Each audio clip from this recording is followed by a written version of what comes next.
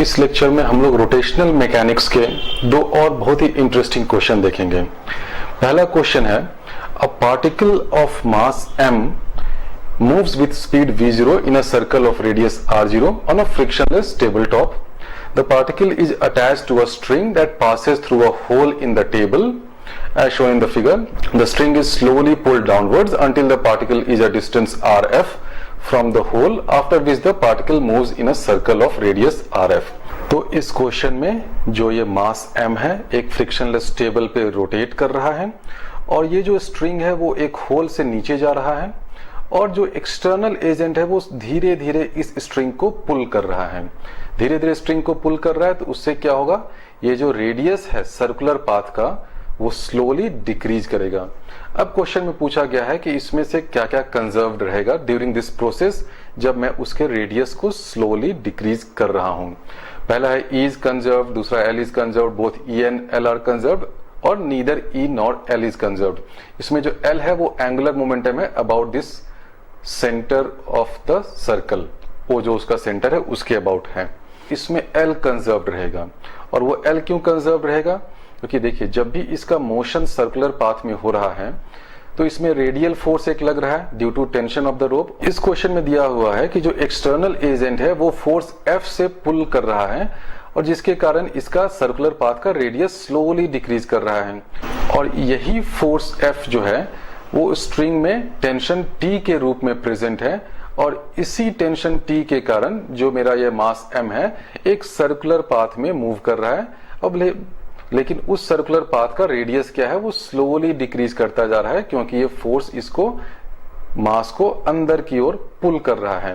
तो ये जो फोर्स है F, ये this will be equal to T और मैं आगे इस क्वेश्चन में प्रूव करूंगा और शो करूंगा कि ये जो फोर्स F है ये रेडियस पे डिपेंडेंट है, ये कांस्टेंट फोर्स नहीं है। तो ये F of R it is a function of R, this is equal to T of R, यानी कि ये जो मेरा मास M जो मूव कर रहा है उसमें किसी एक पर्टिकुलर R पे जो टेंशन है वो रेडियस का फंक्शन है, यानी कि इस पूरे प्रोसेस में टेंशन फोर्स जो है वो कांस्टेंट नहीं है, वो कंटिन्यूअसली चेंज कर रहा है। तो अब हम लोग आते हैं कि इसमें E कंजर्व्ड होगा या L कंजर्व्ड होगा।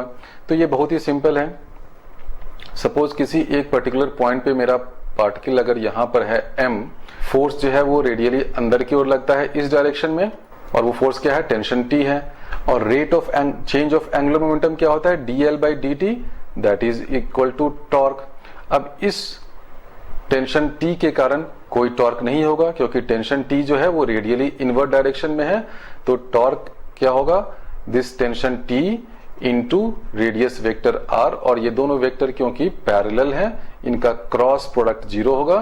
तो since torque is equal to 0 तो dl by dt is equal to 0, तो L जो है मेरा वो कांस्टेंट होगा, ये L जो है वो कंजर्व्ड रहेगा या L कांस्टेंट रहेगा। तो ये वाला पार्ट जो है बहुत ही सिंपल है और इसी क्वेश्चन को बहुत सारे बुक्स में डिफरेंट फॉर्म्स में भी पूछा जाता है।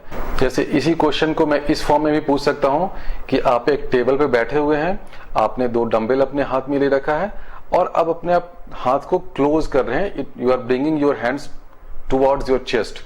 तो टुवर्ड्स योर चेस्ट अब जब लाते हैं तो क्या होता है, आपका एंगुलर मोमेंटम जो है वो L और L कंजर्व रहना है। क्यों कंजर्व रहना है, एंगुलर मोमेंटम इसलिए कंजर्व रहेगा कि जो भी मैं फोर्स लगा रहा हूं यहां से इनवर्ड वो रेडियली इनवर्ड डायरेक्शन में है, तो दिस फोर्स उसका क्रॉस प्रोडक्ट विथ R वो 0 होगा। टॉर्क 0 हो गया, it means L will be conserved. तो L कांस्टेंट रहना है। तो इसलिए जब मैं इसको अपने डंबल को अपने चेस्ट के पास लाता हूं, क्योंकि L कांस्टेंट होना है, चेस्ट के पास में जब मैं लाता हूं तो मोमेंट ऑफ इनर्शिया डिक्रीज हो जाएगा। मोमेंट ऑफ इनर्शिया डिक्रीज हो गया और हम जानते हैं कि मेरा एंगुलर मोमेंटम L जो है वो कांस्टेंट है। तो क्या हो गया, I initial into omega initial is equal to I final into omega final. अब क्योंकि फाइनल मोमेंट ऑफ इनर्शिया जो है वो कम हो जाएगा, क्यों कम होगा, क्योंकि मास को आप क्लोज ला रहे हैं और मोमेंट ऑफ इनर्शिया क्या होता है, mr²। तो मास को क्लोज आने से मोमेंट ऑफ इनर्शिया डिक्रीज कर रहा है, इसलिए मेरा एंगुलर वेलोसिटी ओमेगा इंक्रीज करेगा। और ये बहुत ही सिंपल क्वेश्चन है, ये ऑलमोस्ट हर बुक में इस एग्जाम्पल को दिया रहता है, इसलिए मैं इस पे अब ज्यादा कंसेंट्रेट नहीं करूंगा। अब मैं इसमें आपसे दूसरा कुछ पूछता हूं कि ठीक है, एल तो कंजर्व्ड है, तो आपका एनर्जी क्या होगा? एनर्जी जो है वो इंक्रीज करेगा। अब वो क्यों इंक्रीज करेगा? अगर आप इस वाले एग्जाम्पल को ही देख लें तो काइनेटिक एनर्जी का जो फॉर्मूला होता है वो क्या होता है? Half mv²। ये बहुत ही बेसिक फॉर्मूला है। ये ट्रांसलेशन मोशन हो उसमें भी यूज कर सकते हैं, रोटेशनल मोशन हो उसमें भी यूज कर सकते हैं। इनफैक्ट कुछ स्टूडेंट्स को लग रहा हो कि अरे ये मैंने हाफ mv² कैसे लिख दिया, रोटेशनल मोशन में तो हम लोग ओमेगा की बात करते हैं, तो जो ओमेगा और आई की बात करते हैं वो फॉर्मूला भी यहीं से डिराइव होता है। तो kinetic energy equal to half mv² में लिख सकता हूं। इसको मैं अगर एल के टर्म्स में लिखना चाहूं तो मैं इसको कैसे लिख सकता हूं? हाफ mr² कर दिया, v² कर दो ऊपर में, ये m² कर दो और ये m नीचे एक आ जाएगा सेम चीज को, और ये r² नीचे आ जाएगा। तो ये ऊपर वाला टर्म क्या है? l है। कि एंगुलर मोमेंटम क्या होता है? l is equal to mrv होगा। ये क्यों होगा mrv? क्योंकि मेरा v जो है वेलोसिटी वो परपेंडिकुलर है और r के, तो r क्रॉस v लेंगे तो ये mrv हो गया। तो इसको मैं लिख सकता हूं l² बाई, और ये mr² क्या होता है? मोमेंट ऑफ इनर्शिया, तो 2i। तो ये फॉर्मूला को हमने डिराइव कर दिया, kinetic energy equal to l² by 2i। और ये भी बहुत ही स्टैंडर्ड फॉर्मूला है, किसी भी रोटेशनल मैकेनिक्स के बुक में मिल जाएगा आपको कि जो काइनेटिक एनर्जी होता है वो l² बाई 2i होता है। इस क्वेश्चन में हमने प्रूव कर दिया कि मेरा l कंजर्व्ड है। l कंजर्व्ड है तो जो इनिशियल काइनेटिक एनर्जी है वो क्या होगा? l² by 2i initial. Final kinetic energy क्या होगा? l² by 2i final. अब क्योंकि मेरा I फाइनल जो है वो कम है, वो डिक्रीज कर रहा है, इसका मतलब क्या हुआ कि ये जो काइनेटिक एनर्जी फाइनल है वो ज्यादा होगा, वो इंक्रीज कर जाएगा इनिशियल काइनेटिक एनर्जी के कंपैरिजन में। यानी कि इसको अगर मैं लिखूं K फाइनल, तो K final will be greater than K initial. ये है कि जो फाइनल काइनेटिक एनर्जी है वो इनिशियल काइनेटिक एनर्जी से ज्यादा होगा, इसलिए E तो कंजर्व्ड होगा नहीं।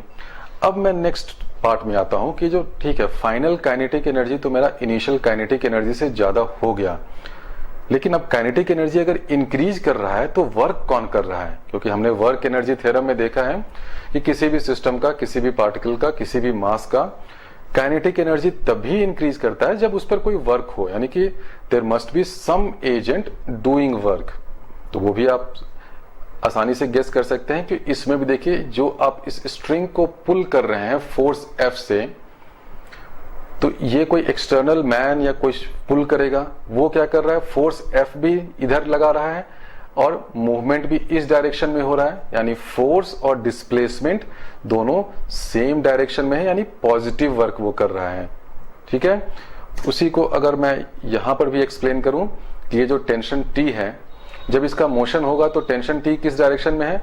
रेडियल डायरेक्शन में है। और ये इनवर्ड पुल हो रहा है तो जो डिस्प्लेसमेंट है एक तरह से वो भी रेडियल डायरेक्शन में है।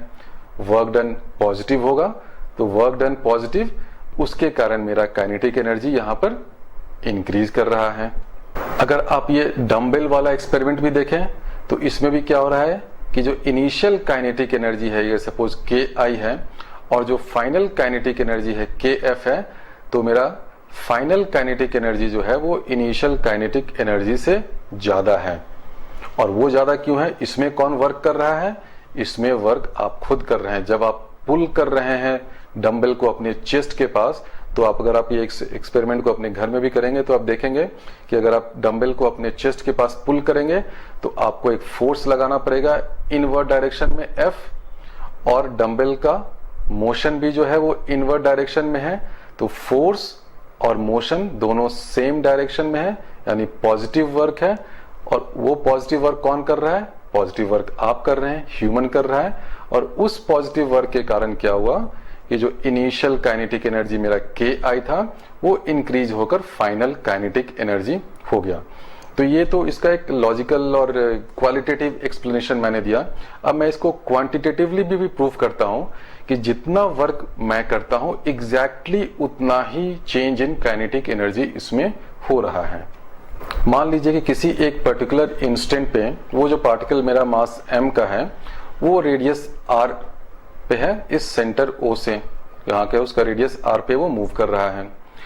उस पॉइंट पे एंगुलर मोमेंटम क्या होगा, L is equal to M V R. अब ये एंगुलर मोमेंटम क्या है, कांस्टेंट है। एंगुलर मोमेंटम कांस्टेंट है, इसका मतलब वी आर कांस्टेंट है, क्योंकि L भी कांस्टेंट है, मास तो कांस्टेंट होना ही है। It means v are is equal to c, c कोई कांस्टेंट होगा। अब देखिए इसी से आपको दिख भी रहा है कि जैसे जैसे रेडियस डिक्रीज करेगा उसकी वेलोसिटी इंक्रीज करती जाएगी।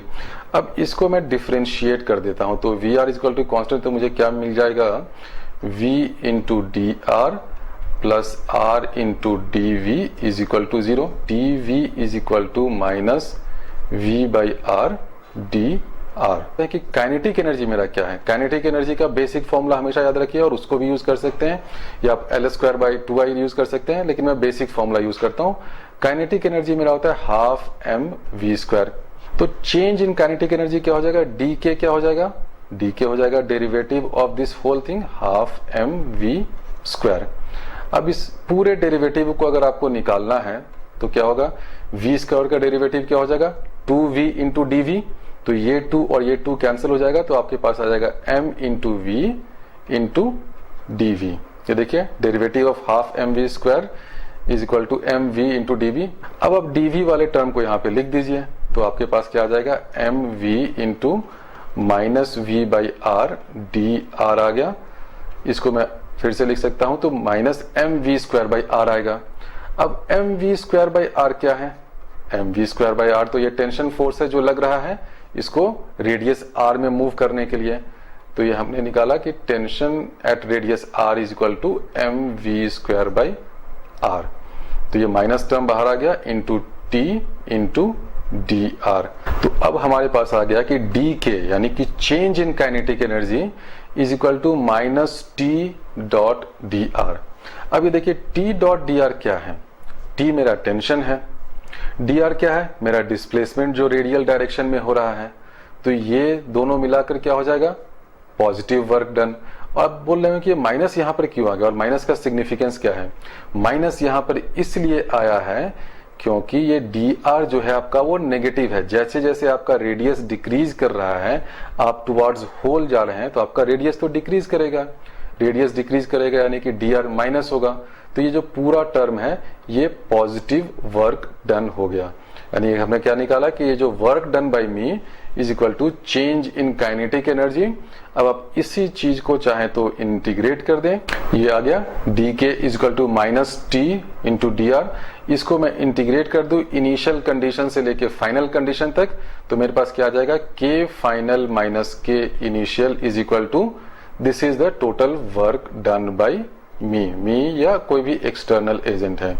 तो ये आ गया कि change in kinetic energy is equal to work done. अभी मैंने प्रूव तो ये कर दिया कि D K is equal to minus T into D R. अब इसमें दो कंफ्यूजन हो सकता है। पहला कंफ्यूजन लोगों को ये होगा कि ये के में आपने लिख दिया है हाफ एम वी स्क्वायर और वी लिया है जो जिस वेलोसिटी से ये टेंजेंशियली मूव कर रहा है, तो ये तो अंदर की ओर भी जा रहा है, उस वेलोसिटी को आपने क्यों नहीं लिया। बहुत ही अच्छा क्वेश्चन है। तो देखिए ये क्वेश्चन ये बहुत सारे अप्रोक्सीमेशन पे बेस्ड है, इसलिए हमने इस क्वेश्चन को देखिए लिखा था कि the string is slowly pulled downward. यानी कि इस क्वेश्चन में क्या हो रहा है कि ये जो पार्टिकल मास m का है ये स्लोली अंदर की ओर जा रहा है, यानी इतना स्लोली जा रहा है कि उसके अंदर जाने वाली जो रेडियल वेलोसिटी है उसके कारण उसके काइनेटिक एनर्जी में कोई चेंज नहीं आ रहा है। ठीक है, तो ये होगा पहला कंफ्यूजन कि हम लोग काइनेटिक एनर्जी को हाफ एम वी स्क्वायर लिख रहे हैं, तो ये सिर्फ ये टेंजेंशियल वाली वेलोसिटी को ही इसमें क्यों ऐड कर रहे हैं। इसलिए ऐड कर रहे हैं क्योंकि जो अंदर जो वेलोसिटी जो रेडियल डायरेक्शन में जा रही है वो बहुत ही कम होगी। दूसरा कंफ्यूजन ये होगा कि ये पार्टिकल का मोशन हो कैसा रहा है। कभी आप बोल रहे हैं कि ये रेडियस आर में भी मूव कर रहा है, फिर बोल रहे हैं कि अंदर की ओर भी जा रहा है, तो ये कंफ्यूजन भी बहुत ही जेन्युइन है। इस पार्टिकल m के पास दो तरह का मोशन है। पहला मोशन है कि वो टेंजेंशियली ऐसे उस रेडियस के टेंजेंट की डायरेक्शन में मूव कर रहा है। दूसरा मोशन उसके पास क्या है, उसके पास दूसरा मोशन ये है कि वो धीरे धीरे अंदर की ओर जा रहा है। तो देखिए इस पार्टिकल के पास दो मोशन है, एक वो टेंजेंट डायरेक्शन में जिसको मैंने ब्लू कर्व से दिखाया है, ब्लू कर्व से, और एक मोशन है उसका स्लोली अंदर की ओर जा रहा है, जो वो जिसको मैंने इस मैजेंटा कलर से दिखाया है। यानी इस पार्टिकल के पास दो मोशन है, एक टेंजेंशियल डायरेक्शन में और एक रेडियल डायरेक्शन में। तो इसका जो नेट डिस्प्लेसमेंट है वो किस डायरेक्शन में होगा? तो ऑब्वियस सी बात है, जो इसका नेट डिस्प्लेसमेंट है वो इन दोनों के बीच में होगा। तो अब आप लोगों को एक और कंफ्यूजन हो रहा होगा कि अगर उसका नेट डिस्प्लेसमेंट उधर की ओर है और फोर्स मेरा अंदर की ओर है, तो हमने वर्क डन इतनी आसानी से कैसे निकाल दिया? बिल्कुल सही आपका सोचना है। इसके पास एक मोशन टेंजेंशियली इधर है, दूसरा मोशन इसके पास इधर है, तो इसका नेट डिस्प्लेसमेंट हो गया इस डायरेक्शन में इधर, और जो फोर्स लग रहा है वो फोर्स उसका है इस डायरेक्शन में। तो हम लोग जानते हैं कि जब हम लोग वर्क डन की बात करते हैं, work done in a small path जबकि हम बात करते हैं, तो हम लोग क्या लिखते हैं? F.dl लिखते हैं। इसमें देखिए मेरा फोर्स किस डायरेक्शन में है? मेरा फोर्स इधर की ओर है, टुवर्ड्स, सपोज यहाँ पे मेरा सेंटर O है, तो मेरा फोर्स इन रेडियल डायरेक्शन है। नेट डिस्प्लेसमेंट जो dl वेक्टर है वो मेरा इधर की ओर है। तो आप अब फोर्स और इस dl का डॉट प्रोडक्ट ले रहे हैं। इन दोनों का जब आप डॉट प्रोडक्ट लेंगे तो ये एंगल यहां पर एक थीटा है, तो बेसिकली आपको क्या लेना है? इस dl का कंपोनेंट लेना है इस डायरेक्शन में। तो इस dl, ये वाला जो dl है, इसका मैं जब कंपोनेंट लूंगा टुवर्ड्स रेडियल डायरेक्शन तो क्या हो जाएगा? dl cos थीटा, और ये एंगल सपोज यहाँ पे थीटा है, तो ये क्या हो जाएगा? dl cos theta is equal to minus dr हो जाएगा। और ये माइनस dr क्यों होगा? क्योंकि जो dr मेरा है वो नेगेटिव है, तो पूरा जो माइनस dr है वो पॉजिटिव होगा। तो इसलिए देखिए हमारा वर्क डन क्या हो जा रहा है? Is equal to minus f into dr। तो ये स्मॉल डिस्टेंस जब ये अंदर की ओर मूव कर रहा है, ये मास m, तो हमारा जो वर्क डन है वो क्या है? Minus f into dr। जो एक मेन कंफ्यूजन कुछ लोगों को हो रहा होगा कि इस पार्टिकल का मोशन कैसे हो रहा है, ये टेंजेंशियली जा रहा है या रेडियली जा रहा है।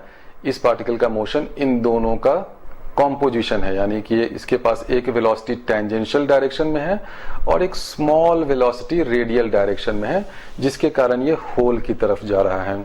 तो नेट डिस्प्लेसमेंट इसका कुछ इस डायरेक्शन में होगा। जब हम लोग वर्क डन की बात करेंगे तो हम लोग लिखते हैं force in with dot product with dl, net displacement. जब मैं डॉट प्रोडक्ट लूंगा इस डिस्प्लेसमेंट का इन द डायरेक्शन ऑफ फोर्स, तो जब मैं इस डिस्प्लेसमेंट का डॉट प्रोडक्ट लूंगा तो इस डिस्प्लेसमेंट का बेसिकली हमें प्रोजेक्शन लेना है in the direction of force applied. तो वो क्या हो जाएगा? dl cos theta equal to आ जाएगा माइनस dr। तो जो वर्क डन है वो मेरा हो गया minus into F into dr। और जहां पे मैं f लिख रहा हूं, ये फोर्स और टेंशन T जो है वो दोनों सेम है, क्योंकि जिस फोर्स F से आप नीचे की ओर पुल कर रहे हैं, सेम टेंशन T जो होगा वो उस स्ट्रिंग में रहेगा, जिसके कारण वो मोशन भी हो रहा है और वो होल की तरफ पुल भी हो रहा है। मैं दूसरे मेथड से भी प्रूव कर देता हूं कि जो वर्क डन है वो चेंज इन काइनेटिक एनर्जी के बराबर होगा। वो देखिए मैं कैसे प्रूव करता हूं। वर्क डन मेरा क्या है? वर्क डन है मेरा integration from limit I to F, इसलिए मैं नहीं लिख रहा हूं, minus T into dr। T क्या है? dr है मेरा mv स्क्वायर बाई r, और अगर आप मैं L को लिखूं तो L होता है mvr। तो इस v को मैं L के टर्म्स में लिख सकता हूं, तो v मेरा क्या हो जाएगा? L बाई m r हो गया। अब सिंपल ये अलजेब्रा है। तो अब पूरे T को अगर मैं इसमें से v वाले टर्म को एलिमिनेट करना चाहूं तो क्या हो जाएगा?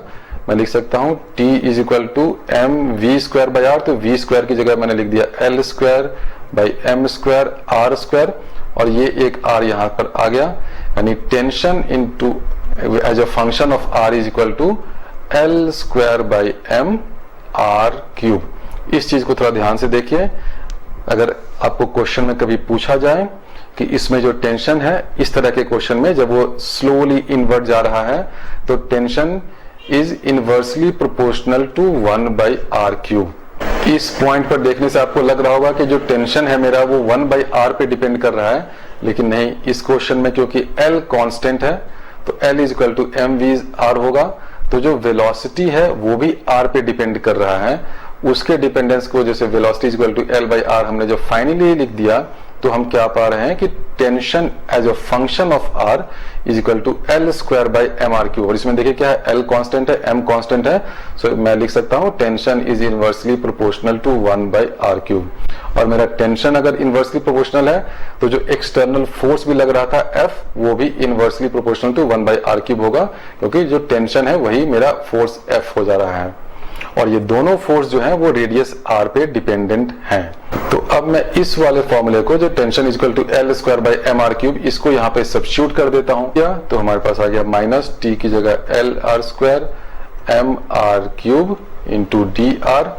अब इसको आप इंटीग्रेट कर सकते हैं, तो माइनस 1 बाई आर क्यूब का इंटीग्रल क्या होता है, 1 बाई 2 आर स्क्वायर होता है। अब ये सिंपल इंटीग्रेशन है, तो इसको अगर जब आप इंटीग्रेट करेंगे from initial condition R I to final condition R F, तो आपके पास आ जाएगा L square by 2m R final square minus L square by 2m R initial square.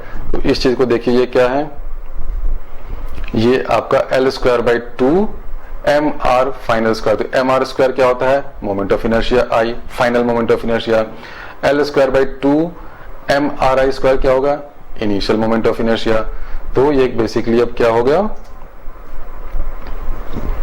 Is equal to L square by 2 kinetic energy होता है, तो एक final kinetic energy minus initial kinetic energy हो गया। तो हमने दूसरे मेथड से भी प्रूव कर दिया कि जो मेरा वर्क डन है, इंटीग्रेट कर दिया, टेंशन को आर के टर्म्स में लिखा, उसके बाद इसको इंटीग्रेट किया, इंटीग्रेट करके मैं यहां पर आया, और ये जो 2 वाला टर्म है और एम आर स्क्वायर, ये हमने काइनेटिक एनर्जी का फॉर्मूला देखा था। काइनेटिक एनर्जी जो होता है वो हाफ एम वी स्क्वायर होता है, या मैं इसको मोमेंट ऑफ इनर्शिया के टर्म्स में लिखूं तो होता है एल स्क्वायर बाई 2i। तो देखिए ये क्या है, L square by 2m R final square, इसका मतलब L square by 2 final moment of inertia. So this term, first term is kinetic energy final, और जो सेकेंड टर्म है वो क्या है, काइनेटिक एनर्जी इनिशियल। तो work done is equal to final kinetic energy minus initial kinetic energy.